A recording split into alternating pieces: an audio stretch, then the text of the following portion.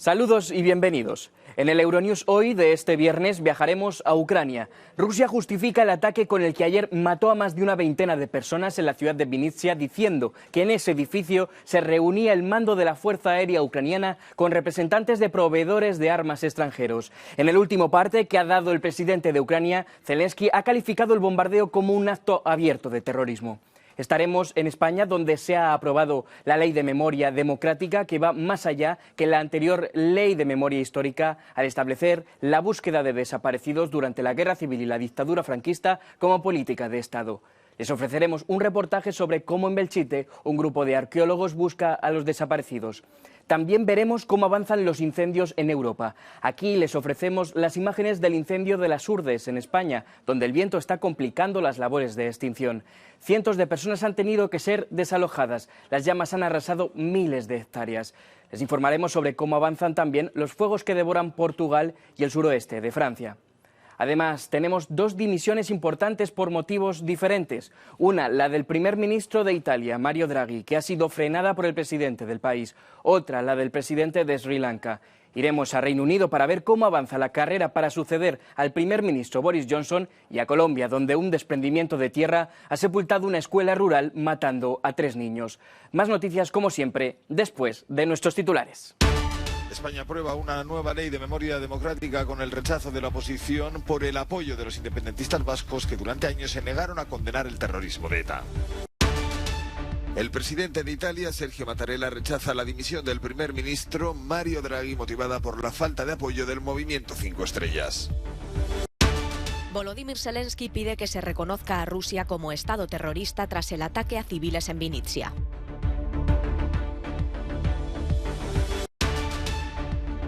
La Corte Penal Internacional se abre a actuar ante los presuntos crímenes de guerra cometidos por Rusia que denuncia Kiev. El rey Felipe VI llama a fortalecer la sanidad en el homenaje a las víctimas de la pandemia en España y dedica un abrazo emocionado a sus familias. El gobierno español ha aprobado una nueva ley de memoria democrática que avanza en el reconocimiento y persecución de los crímenes del franquismo. Entre otras cosas, establece como política de Estado la búsqueda y exhumación de los desaparecidos durante la Guerra Civil y la dictadura. Claro que el Estado reconoce a partir de la entrada en vigor de esta ley que se han de recuperar los restos de las víctimas de la Guerra Civil. ¿Quién es capaz de negar a las víctimas recuperar los restos de sus seres queridos? ¿Quién? ¿Quién? Pues eso establece la ley. El Partido Popular, principal formación de la oposición, no se opone al reconocimiento de las víctimas, pero ha criticado el apoyo de los independentistas vascos que durante muchos años se negaron a condenar los asesinatos de los terroristas de ETA. No se puede permitir que legislen los testaferros del terrorismo, además con el agravamiento de escribir la historia de sus víctimas. Eso es totalmente indecente. Mientras que la extrema derecha ha votado en contra de la ley porque considera que divide a los españoles, los independentistas catalanes también se han opuesto porque aseguran que, según ellos, consagra el régimen fascista establecido por la actual Constitución española.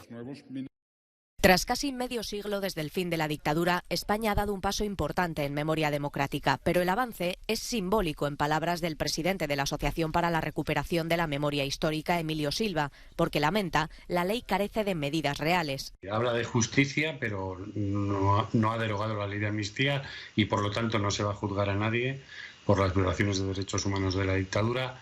Habla de verdad, pero tiene previsto hacer un censo de víctimas. Y la verdad se compone también de verdugos y de ellos ni los menciona en el texto. Y habla de reparación, pero no va a indemnizar a las familias, como se hace con las víctimas del terrorismo o como se ha hecho en otros países como Argentina, con las víctimas de desapariciones forzadas. Silva critica también que las víctimas del franquismo tengan menos derechos que las del terrorismo. A un Estado democrático le tienen que doler todos esos dolores y los debe reparar. En el debate sobre las víctimas de la dictadura se ha hablado más de las víctimas del terrorismo que de las víctimas del franquismo. Eso también es una estrategia, ¿no? Una estrategia de los partidos de la derecha, dice, para no entrar en el debate de fondo sobre lo que significa en el presente la dictadura que sufrió España y las consecuencias de las violaciones de los derechos humanos que todavía existen hoy, en referencia a las miles de personas que siguen enterradas en las cunetas. Belchite es quizás la última estampa física de la destrucción de la Guerra Civil Española. Este pueblo en la provincia de Zaragoza es la única localidad que mantiene el mismo aspecto que presentaba al final del conflicto en 1939. Montones de escombros, una torre de reloj apenas en pie y fosas comunes, llenas de restos de hombres, mujeres y niños aún por identificar. Un grupo de arqueólogos se ha puesto a la tarea de rescatar los últimos esqueletos y buscar sus identidades. Tenemos documentadas víctimas civiles sobre 350. En la fosa del cementerio, las declaraciones de testigos hablan de unos 150. Pensamos que el resto están fuera del cementerio, en las tapias exteriores. En 1937 ocurre el asedio de Belchite, en el marco de una ofensiva republicana que intentó recuperar Zaragoza, la capital de la región de Aragón, que en aquel momento estaba bajo el control de los nacionalistas dirigidos por el general Francisco Franco. Tras vencer a los republicanos y tomar el poder, Franco prohibió reconstruir el pueblo y dejarlo como símbolo de su victoria, o como una velada advertencia para las generaciones venideras de los horrores de la guerra. Hasta el día de hoy el conflicto deja heridas abiertas en la población española. Sabemos que hubo muertos en los dos bandos, hay desaparecidos en los dos bandos y siempre vamos a estar del lado de las víctimas, como hemos hecho desde el primer día, no es algo nuevo. Nos da igual que sean víctimas de izquierdas que de derechas, hay de los dos y por supuesto estamos del lado de las víctimas. Es complicado, es un tema muy complicado. El bombardeo indiscriminado de las fuerzas de Franco y la batalla sobre el terreno dejó 5.000 muertos entre ambos bandos en 2 semanas. La Guerra Civil de España y el franquismo dejan en la actualidad más de 100.000 desaparecidos. Este jueves el Congreso español aprobó una ley de memoria democrática que, entre otras cosas, hará responsable al Estado de las exhumaciones de los desaparecidos de la Guerra Civil. El gobierno en Italia de Mario Draghi está en un limbo político. Tras presentar su dimisión y recibir la negativa del presidente Sergio Mattarella a aceptarla, el primer ministro del país transalpino tendrá que buscar apoyos para una moción de confianza el 20 de julio, después de haber superado otra este jueves. La votación incluía un nuevo decreto sobre medidas anticrisis que Draghi logró salvar, pero el movimiento 5 estrellas del ex primer ministro Giuseppe Conte, miembro clave del gobierno de unidad nacional, no dio su apoyo y el mandatario consideró que debía dimitir. Los partidos que le siguen apoyando consideran un error esta estrategia de la formación populista. Son consecuencias imprevisibles. Se trata de consecuencias imprevisibles, inimaginables, provocadas por decisiones irresponsables de un partido político que solo perjudica al pueblo italiano. El gobierno del primer ministro Mario Draghi gobierna bien, es bueno que siga. La extrema derecha, en cambio, cree que Draghi no debería seguir al frente del Ejecutivo. Italia está en una tormenta, con la guerra, la pandemia, el coste de la energía y las materias primas, una inflación creciente y el riesgo de una crisis alimentaria. No podemos tener un gobierno inamovible. El amplio gobierno de coalición de Draghi, que incluye partidos de derecha, izquierda, centro y el populista Movimiento 5 Estrellas, fue diseñado para ayudar a Italia a recuperarse de la pandemia del coronavirus. Ahora, con la guerra de Ucrania sin dar señales de terminar y la inflación desbocada, el país podría volver a quedarse sin gobierno. El ya expresidente de Sri Lanka allana el camino para una mayor estabilidad. Gotabaya Rajapaksa ha renunciado a su cargo empujado por las protestas en el país. El mandatario ha enviado una carta con su decisión desde Singapur, último destino tras haber salido del territorio esta misma semana. El presidente del Parlamento, Mahinda Yapa Abeyewardene, ha anunciado su decisión y ha expresado la voluntad de que el nuevo jefe de Estado sea elegido en los próximos 7 días. La ciudadanía comenzó a mostrar su hartazgo de forma pacífica en las calles por la gestión económica de Rajapaksa el pasado mes de marzo. Las manifestaciones se tornaron más violentas con la ocupación de las residencias de los jefes de Estado y Gobierno el pasado sábado. Tras la renuncia, miles de personas han celebrado el desenlace final. En Libia, las largas filas para comprar pan en la ciudad de Trípoli reflejan la persistente crisis en este país debido a la escasez de trigo. El gobierno se esfuerza por importar trigo y mantener las subvenciones. Mientras tanto, las ruinas de los silos de grano del puerto de Beirut, destrozadas en una explosión masiva hace 2 años, ardieron en fuego la semana pasada y están en riesgo de colapso. Volodymyr Zelensky acusa a Rusia de terrorismo por atacar deliberadamente a civiles en lugares sin valor militar. Unas valoraciones del presidente de Ucrania tras el ataque del jueves en Vinnytsia, una ciudad del centro del país, con misiles de crucero disparados desde el Mar Negro. Los muertos ya ascienden a 23, aunque hay varios desaparecidos y más de un centenar de personas resultaron heridas. Este día ha demostrado una vez más que Rusia debería ser reconocida oficialmente como un Estado terrorista. Ningún otro país del mundo representa una amenaza terrorista como Rusia. Ningún otro Estado en el mundo se permite destruir ciudades pacíficas y la vida humana ordinaria con misiles de crucero y artillería a reacción todos los días, ha denunciado Zelensky. Las reacciones han llegado también por parte de la Unión Europea. El alto representante para la política exterior, Josep Borrell, ha reiterado que los horrendos ataques regulares de las tropas rusas contra los civiles son un crimen de guerra y deben cesar. El ataque de Moscú destruyó 36 edificios de apartamentos y provocó daños en una clínica médica, oficinas y tiendas, además de un incendio que se extendió a 50 coches en un aparcamiento. Rusia ha negado haber atacado a los civiles e insiste en que su operación se centra solo en objetivos militares. La Corte Penal Internacional y 45 países se han comprometido a cooperar de forma más estrecha para perseguir los crímenes de guerra cometidos por Rusia en Ucrania en una conferencia para la rendición de cuentas en Ucrania celebrada en La Haya. Justo el mismo día, un bombardeo en una ciudad en el centro de Ucrania ha acabado con la vida de numerosas personas, entre ellas un bebé. En un discurso vía videoconferencia, el presidente de Ucrania, Volodymyr Zelensky, ha instado a los miembros de la Corte Penal Internacional a crear un tribunal de crímenes de guerra. El fiscal jefe del tribunal cree que el sistema de justicia internacional debe ponerse en marcha. Mientras hablamos, niños, mujeres, jóvenes y ancianos viven aterrorizados, sufriendo en Ucrania y en muchas otras partes del mundo, llorando por lo que perdieron ayer, conteniendo la respiración por lo que podrían perder hoy, o por lo que puede traer el mañana. En un momento como este, la ley no puede ser una espectadora.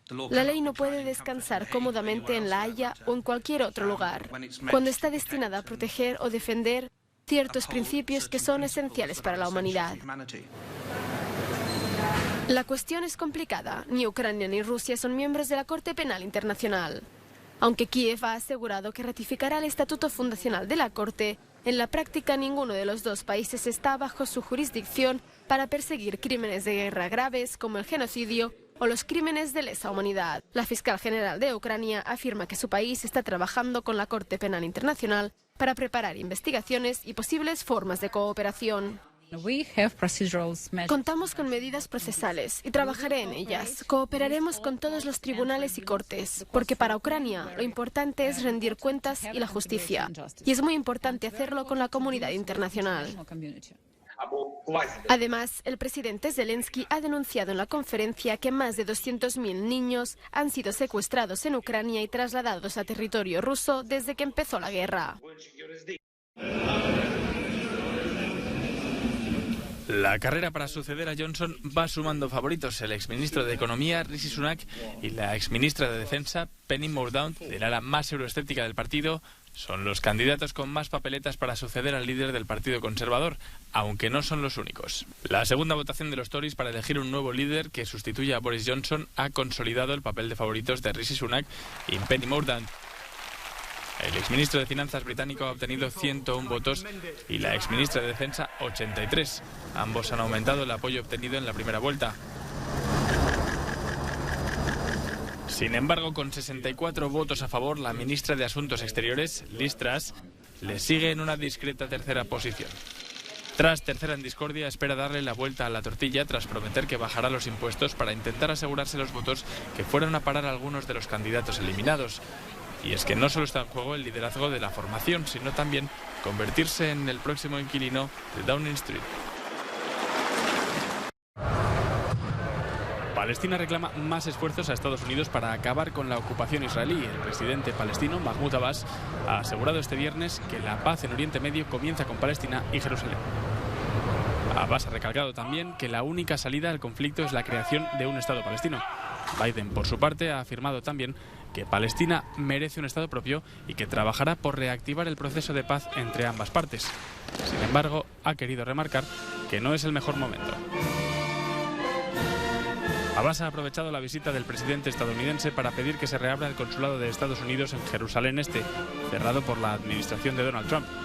También ha pedido justicia por la muerte de la periodista palestino-estadounidense Shireen Abu Akleh, supuestamente asesinada por el ejército israelí. Se trata de la primera gira oficial de Joe Biden en Oriente Medio, que empezó el miércoles en Israel y continuará este fin de semana por Arabia Saudí. En Colombia, 3 niños murieron por un deslizamiento de tierra que sepultó parte de una escuela rural en el municipio cafetero de Andes, en el noroeste del país. Los menores tomaban un receso junto a su profesora y la madre de uno de los estudiantes, y fue gracias a su rápida reacción que la mayoría pudieron huir rápidamente del lugar. Hubo un represamiento en una parte alta de la institución educativa. Allí los niños escuchan un ruido muy fuerte, la mayoría logran salir de la escuela, donde, reitero, lamentablemente pues tenemos esta tragedia en nuestro municipio. Informa el alcalde de Andes. Los expertos indican que no se encontraron fallas geológicas en la montaña, por lo que el deslizamiento se debió generar por las fuertes lluvias que se registran en gran parte del territorio colombiano a causa del llamado fenómeno de la Niña.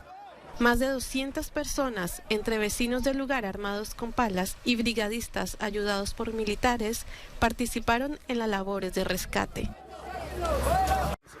Con gran parte de Europa asfixiada por las altas temperaturas, algunas zonas luchan contra el fuego.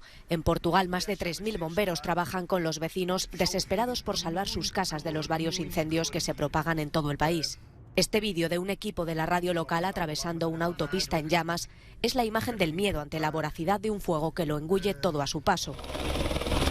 La culpa la tiene la extrema sequía que sufre el 96% del país desde junio. Se prevé que las temperaturas en el interior de Portugal alcancen los 44 grados centígrados durante el día, ya que la masa de aire caliente y seco procedente de África sigue ahogando el borde occidental de la península ibérica. Al amanecer, cerca de la ciudad de Palmela, al sur de Lisboa, la destrucción era evidente. 400 hectáreas de bosque se han calcinado, incluidas varias naves agrícolas. Desde el 8 de julio, Portugal ha sufrido más de 9.000 incendios rurales que han requerido más de 30.000 efectivos para su extinción. También el suroeste de Francia está afectado por los incendios. Allí algunos vecinos se niegan a abandonar sus casas pese al avance de las llamas.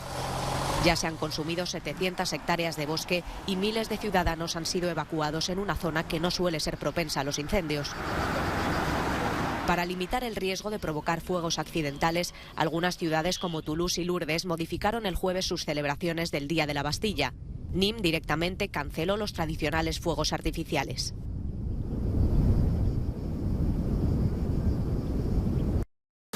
Asados de calor en España. Ni en el norte del país, donde se suelen suavizar las temperaturas, se libran. En Galicia los peregrinos que hacen el Camino de Santiago no paran, aunque en algunas zonas se superen los 40 grados y estén en alerta roja. Este año es excepcionalmente santo debido a que la celebración se ha pospuesto por la pandemia y no pueden faltar a la gran cita del 25 de julio.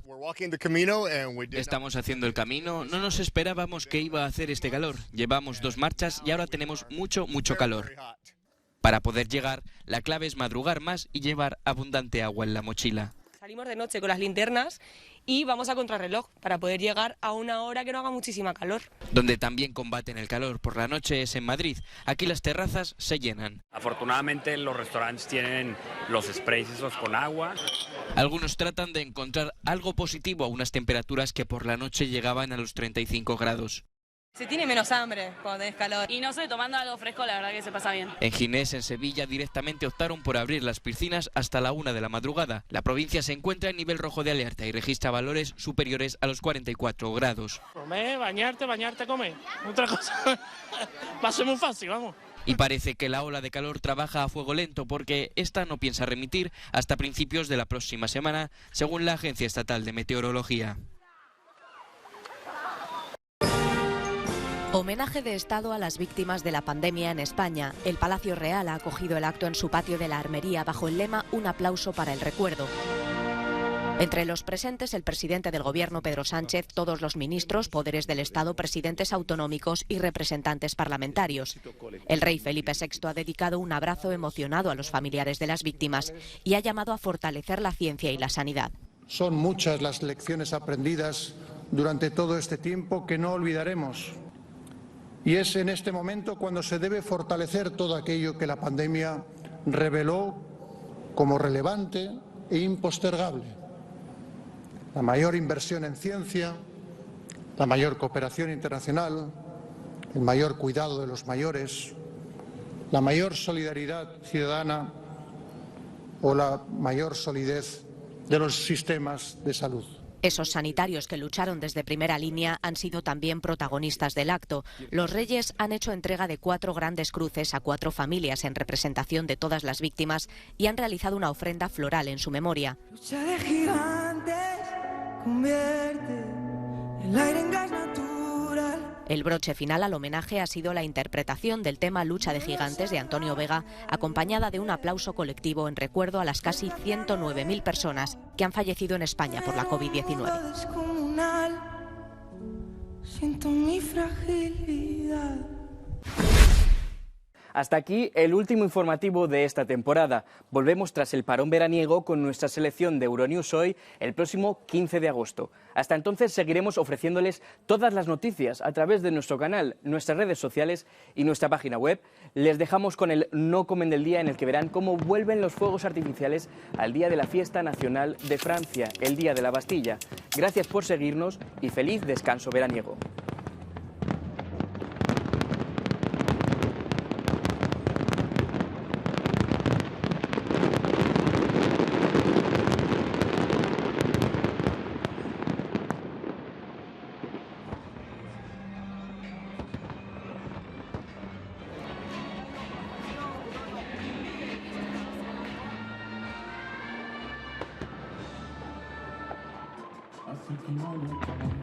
Oza, oza.